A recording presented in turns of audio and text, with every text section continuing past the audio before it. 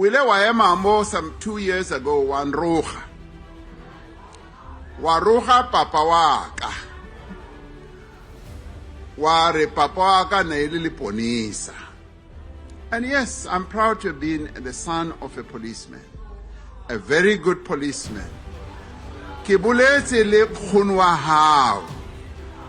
And nkasi ke ka ema mo ka rogang khunwa hao. Imagine a scene where President Cyril Ramaphosa and EFF leader Julius Malema go head-to-head in a no-holds-barred verbal showdown. Ramaphosa, with his calm but stern demeanor, faces off against Malema's fiery and unapologetic style. The room is electric, the tension is palpable, and every word is a potential spark to ignite an even bigger confrontation. Trust me, you don't want to miss this. In this epic clash, personal histories and political futures hang in the balance. Stay tuned as we unpack every dramatic moment, from Ramaphosa's pointed rebukes to Malema's explosive retorts. You will want to see how this battle of titans unfolds. Greetings, my fellow brothers and sisters, and welcome to Inkarhi Its Time. I'm Kondos, your host. Today we are diving into a fiery exchange that recently shook the South African Parliament. If you are new here, don't forget to hit that subscribe button and ring the bell for more insightful content on South African politics and beyond. Today we are breaking down one of the most intense debates we've seen in a while. President Ramaphosa didn't hold back in rebuking Julius Malema, and the sparks flew. So, here's what went down. During a heated parliamentary debate, Julius Malema accused President Cyril Ramaphosa of being a sellout during the liberation struggle. This isn't the first time Malema has taken a jab at Ramaphosa, but this time, the president decided to hit back hard. Ramaphosa addressed Julius Malema's insults, even recalling an incident where Malema had sworn at him and his father. Malema had used the fact that Ramaphosa's father was a policeman as an insult. But instead of shying away, Ramaphosa proudly acknowledged his father's profession, stating that his father was a very good policeman. And if you thought that was intense, it didn't stop there. Malema, never one to back down, has delivered his own fiery tirades against Ramaphosa, even going as far as calling him a bastard in public. You indeed spoke like a badly wounded buffalo yesterday. You spoke like a given up soul. Nothing inspirational came from that tired speech yesterday. You didn't speak like a person who declined electoral support with 17% to less than 50%. How on earth do you repeat a Sona speech that made you lose elections? You were saying to South Africans yesterday in so many ways that you learned nothing out of these historic elections, to an extent that you want to continue business as usual. We grew up being told that some of you were collaborators, but we gave you some benefits of the doubt. It was said in this house that you personally wrote a letter to the apartheid police accusing your fellow comrades of planting communist ideas in your head, and we refused to believe that story at that time. It now makes sense that despite the apartheid regime being so oppressive against all freedom fighters, you peacefully and uninterruptedly attended university, and you were given your first job by the ambassadors of apartheid, capitalism and colonialism. Without a hassle, you bought yourself a first car and a house with the assistance of the Urban Foundation, which was anchored by the Ruperts and the Oppenheimers, while your comrades were sleeping under trees in exile and languishing in jails. We asked ourselves as to how did you form a union of mine workers without being a mine worker? Can't you know you were the conveyor belt between the workers and the super exploitative mining capitalists in South Africa after the Oppenheimers and Anglo-American had concluded that the mine workers must be organized. Our elders in the struggle have made allegations before in this house that throughout the struggle against apartheid, You were insulated from any form of arrest and harassment by the apartheid system. Towards the end of apartheid, you shockingly placed yourself at the center of the negotiation for the end of apartheid. No one knows how you arrived to be at the center of the negotiations of our liberation. It now explains as to why so many compromises and capitulations were made, leading to a situation where economic power remained in the hands of the white minority. We were invited on a trip of struggle by the preeminent leader of the students of our time, the late Steve Biko, who said to us that we must fight the struggle, and said that, and I quote, "In case of danger or living conditions that threaten human life, we must accept life for what it is or not at all."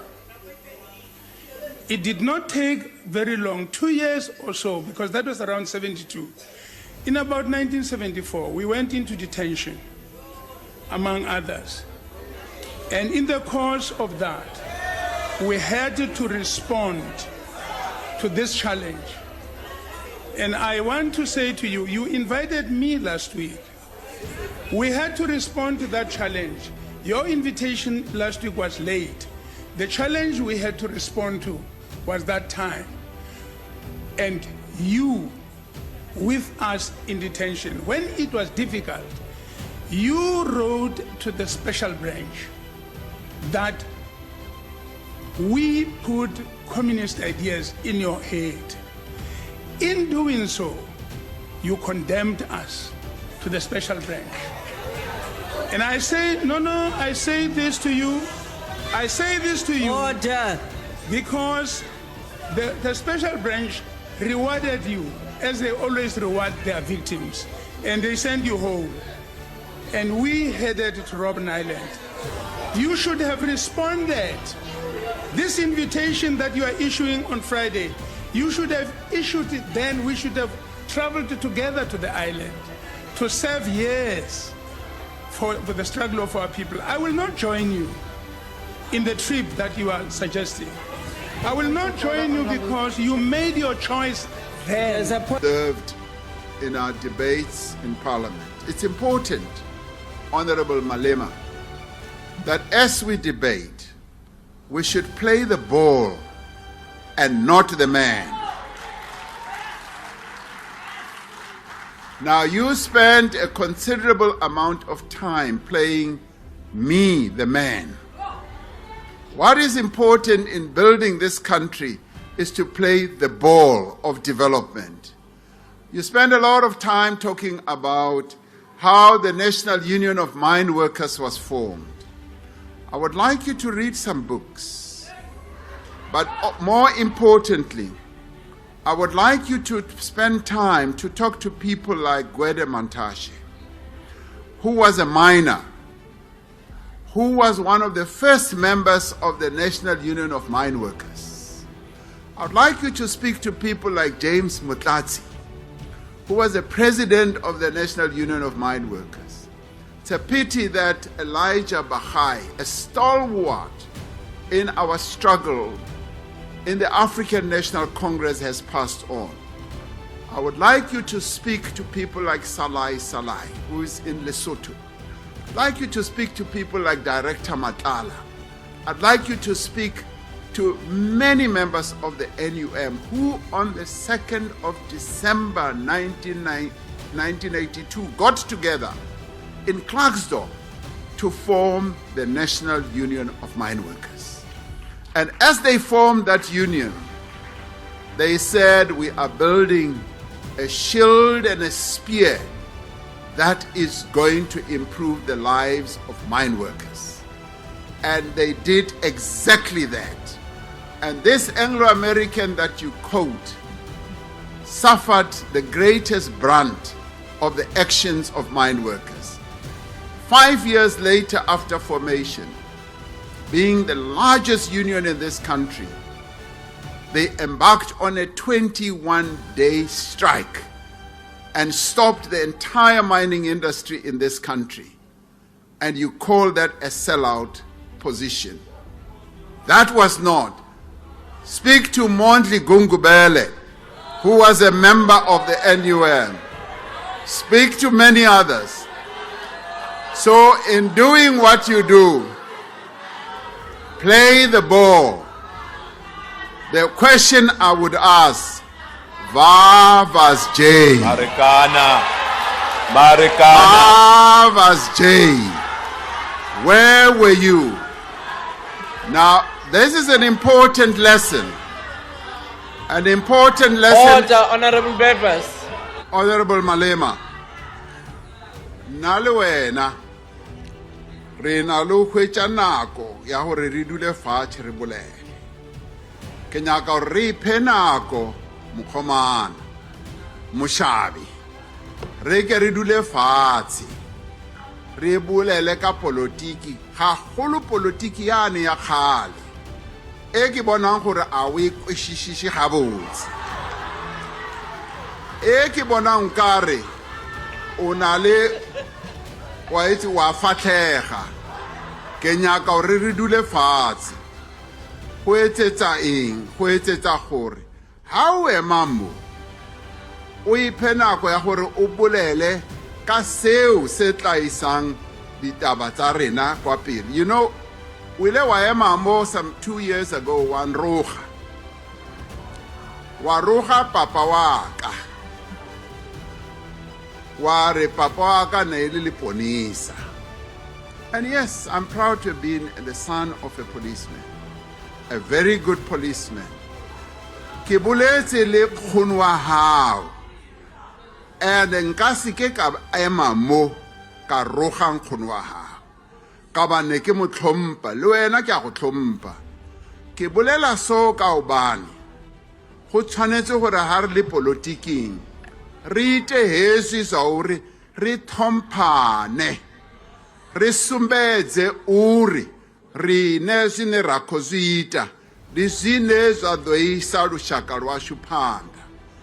Hezwi zwe wa zwi amba hafha ndo wana uri a zwi ngo fara nne fhedzi hammbi zwo fara na vhathu vhanzhi hammbi. So kha ri dzule fhasi nne na iwe ri ambe zwavhuḓi nga uri holu lushaka ri nga lu fhaṱa hani. Ni helela kwala ndi a livhuwa. President nna le wena re a tlhomphana ebile re nna poleke tee nna le wena re feta re ya go each other's house re ya ka maoto. We don't need cabinet we don't need parliament to make an appointment. When we want to see each other, we have done so before, and I criticize you even when it is just the two of us. I'm not criticizing you here because I see these honorable members of parliament who will continue to engage each other robustly. You asked me a question and said, where were you? It was biologically impossible for me to be there. So don't question me, go and question my mother and my father why I was not there. But when the time came, I showed up. And when the time came, I never sold out. When the time came, I was never a collaborator.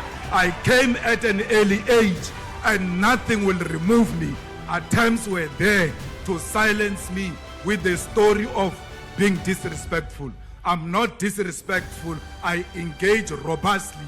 A ke rapeletse boroko ka o budulala. Nna a ke tshabe motho, ke tshaba maka, ke bolela nnete. Mmušo wa dinonyana o tlowa in less than 2 years. Auwe mmušo wa dinonyana, auwe! The tension between these two leaders has been building for years, and it all came to a head in this explosive parliamentary session. The debate wasn't just about the past. It was a clash of ideologies and personal vendettas, making for some very dramatic moments. This exchange between Ramaphosa and Malema is a reminder of the passionate and sometimes volatile nature of South African politics. It's a landscape where history, personal stories, and political beliefs collide, often in a very public ways. So, what do you think about this fiery debate? Do you think Ramaphosa handled Malema's accusation well? Or do you side with Malema's fierce criticism? Let us know your thoughts in the comments below. And if you enjoyed this breakdown, give us a thumbs up and share this video with your friends. Don't forget to subscribe to Inkarhi It's Time for more deep dives into South African politics. Until next time, stay informed and stay engaged. Take care.